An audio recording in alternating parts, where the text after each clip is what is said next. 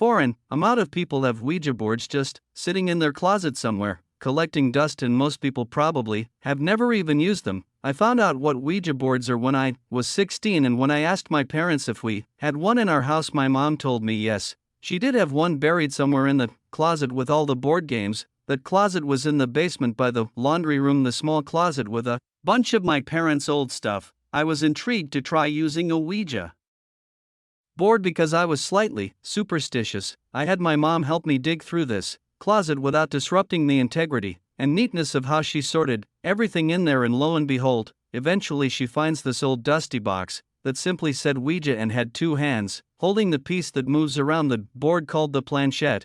The box was kind of falling apart on the edges, even though my mom said they'd only used it a couple times ever. The first thing I did was text a few of my friends to come use the Ouija board with me that weekend when I'd be home alone. To make it scarier, my friend Liam, who was 17, had a car, so he picked up my friend Jack and they came right over. It was like 9 p.m. It was dark out obviously, and my parents were gone for a couple nights. My younger brother of 2 years, Adam, was also home, so I asked him to join as well. We were gonna play on the floor in the loft, which was converted into my bedroom. We turned off the lights and then turned on a flashlight and put it on the floor in the corner of the room, pointed towards the board. All four of us sat on one side of the board and we held the planchette and started asking questions. None of us had ever done this before, so we asked basic questions. I said, if there's someone there, move the planchette. Then for the first time it started to move to the word yes. Adam asked, how old are you? And the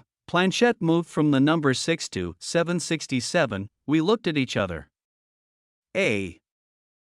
And while I suspected one of them were moving it, and I'm sure the others did too, we all played along and didn't break immersion. We took turns asking questions. Eventually I asked the board, are you a demon? And the planchette went to the word yes. At this point we all laughed and broke immersion, knowing one of us was messing around. At that moment the flashlight turned off, and all of us stopped laughing and got really scared. Who did that? Someone asked, but it was clearly none of us. The flashlight was all the way in the corner. I crawled to get it and kept pressing the button. It wouldn't turn back on. I turned on my bedside lamp and I saw the freaked out expressions on my friend's and brother's face. I said that was the most terrifying moment for the battery to die, but also, part of me believed it wasn't a coincidence. We stopped playing after that moment, and we even left my room and went to the backyard just because we were all freaked out being in the house at that moment. I had to sleep in that room that night though, and when my friends left and Adam eventually went to sleep, I knew I had to as well. I put the Ouija board back in the box and brought it downstairs out of my room. I just felt weird sleeping in the same room as it that night. As soon as I turned off the light, I just tried to go to sleep right away, not sitting on my phone for an hour or whatever like I usually do, as I was starting to finally drift off into a half-sleep state. Something in my closet fell over. I immediately rose up and looked in the direction of the closet door. I flicked on the bedside lamp and walked over to the closet. It was a small walk-in closet where I kept some of my clothes. There's a light switch on the outside of the closet that turned on a single light bulb inside of it. I flicked it on and looked down at the crack at the bottom of the door. There were what looked to be two shadows cast by feet on the other side of the door. Soon as I saw this, I started screaming. Adam and ran to his room. I explained to him what I just saw and led him to my room to show him. When he came to my room, the light in the closet was still on, but the shadows at the bottom of the door weren't there anymore. I opened the door and there was nobody in the closet, but there was something on the floor. It was a wooden box that I made in arts and crafts that I would put childhood memorabilia in. It somehow fell over and the content spilled onto the floor. There is no draft in the world that would have knocked that over. It made no logical sense. I slept in my parents' bed that night, and then the next, and for a week after that, I slept in the spare bedroom. Eventually, I would start sleeping in my own bed again, but I would never forget that night. I haven't touched a Ouija board since music. I had never used a Ouija board until I was in my mid-20s. It was never something that interested me, but my friend George was very briefly talking to this girl who was into that sort of thing. Her name was Mandy. She was into exploring abandoned and allegedly haunted places. One day he invited me to go with them and her friend to this apparently haunted abandoned house about a half-hour drive away. He guaranteed me that friend was cute in order to entice me to go. I didn't have anything going on that night, so I said why not, we would be doing this late at night. George picked me up first around 11 p.m., and then we drove to pick up the girl. From this park, I had already met Mandy once, but not her friend. Her friend Carly had red hair and nose ring and sleeve on her right arm. Mandy had already been to this house before, and she said it was high-end activity, a term I'd never heard till that point, but obviously could put together what she meant. I smiled a bit as she said it because I honestly laughed to myself. I don't believe in the paranormal myself, so I found it a little humorous. Mandy brought this big bag with her, so during the drive I asked what's inside, and then she goes and pulls out this box, a Ouija board box, and then she pulls out a candle. Then George said, oh, that's the surprise. Apparently her surprise to George was that we would be using a Ouija board in this abandoned house. I'm gonna be honest, that didn't sound super fun to me, but I was there for the adventure. Mandy directed George where to park. When we got close, it was this really dark street with no street lights, with an open field on one side and trees on the other. The house driveway was gated off, so we had to walk from there. We walked through some woods that led us to the backyard of the house. From there, Mandy led us to the back window that she climbed through last time. It was a bit high up, so we had to help the girls up, and we just climbed in ourselves and we walked around the house for a bit. All the furniture was still inside, but it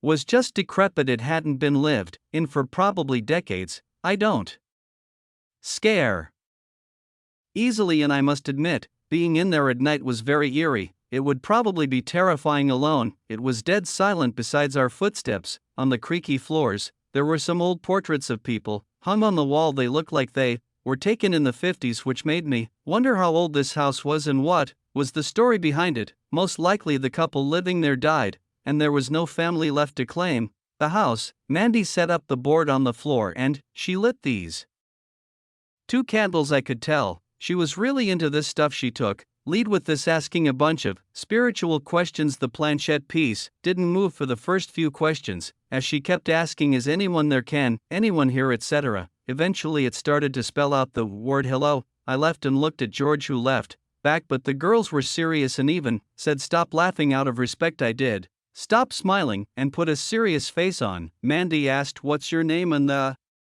planchette moved around the board slowly to spell out the name Gregory. She then asked, how long have you been dead? And then it moved around to spell out 30 years. I didn't believe any of this for a second. I knew Mandy or Carly were doing this. This went on for some time, and we played along until there was a huge thump from upstairs in the house. We all jumped and let go of the planchette. George said, is someone out there? And Mandy insisted it could be Gregory. Mandy and Carly put their hands back on the planchette and asked, Gregory, did you make that sound? And George and I stopped her and said, we need to leave if someone's upstairs. Then we watched as the planchette moved to the word yes. At this point George and I were convinced the girls were pranking us and that they had someone upstairs trying to scare us, and we heard footsteps above us, music. There was no denying these sounds were footsteps. George and I agreed to go upstairs and check it out, expecting to find someone.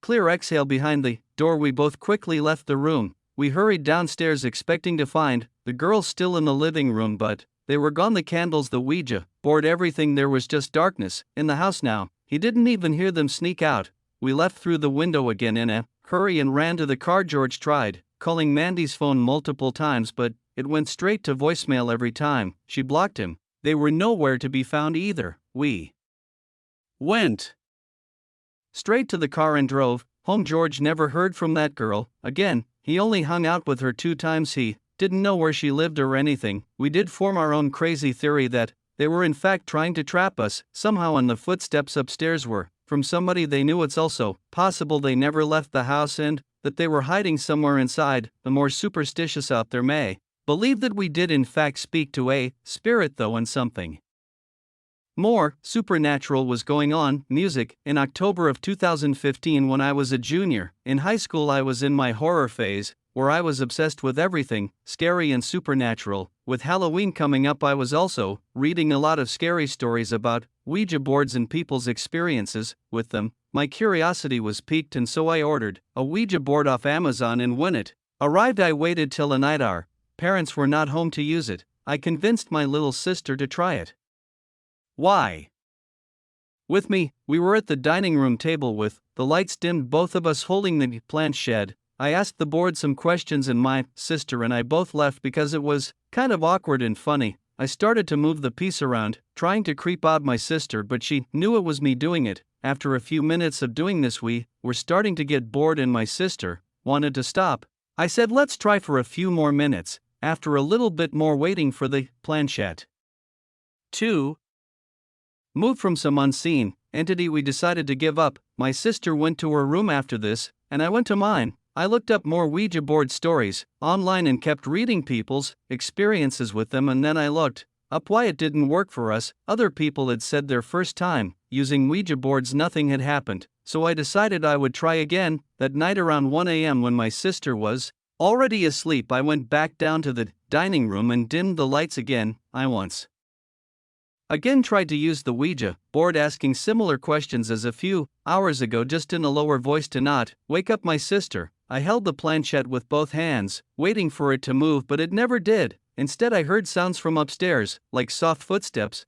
Could have been my sister. She might have heard me down here. The footstep type sounds were followed by a muffled female voice. Didn't sound quite like my sister though, and the voice was coming from directly above me. The room above the dining room was our older brother's room, who was away at college. My sister wouldn't have been in there. I went up the stairs quietly and I heard the voice getting louder as I got closer to my brother's room. It was coming from in there. I was curious if my sister was playing a prank on me, changing her voice to sound lower to scare me. I got to the door and put my ear up against it. I heard the voice of what sounded like an older woman. I wasn't sure how my sister could be doing a voice like that. At first I didn't know what was being said until I realized that the voice kept saying, "Grandma's here, Georgie," over and over. It was the voice of my dead grandma. I felt every hair in my body stand up. I opened the door and turned on the light, and no one was inside. The voice had stopped. I ran to my room and shut the door and locked it and curled up under the covers. I felt the whole room spinning as I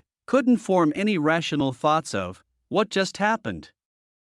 It was too vivid to have imagined it. When I calmed down, I did a prayer before going to sleep, or at least trying to go to sleep. I was awake all night. I still remember this night just as vividly 8 years later.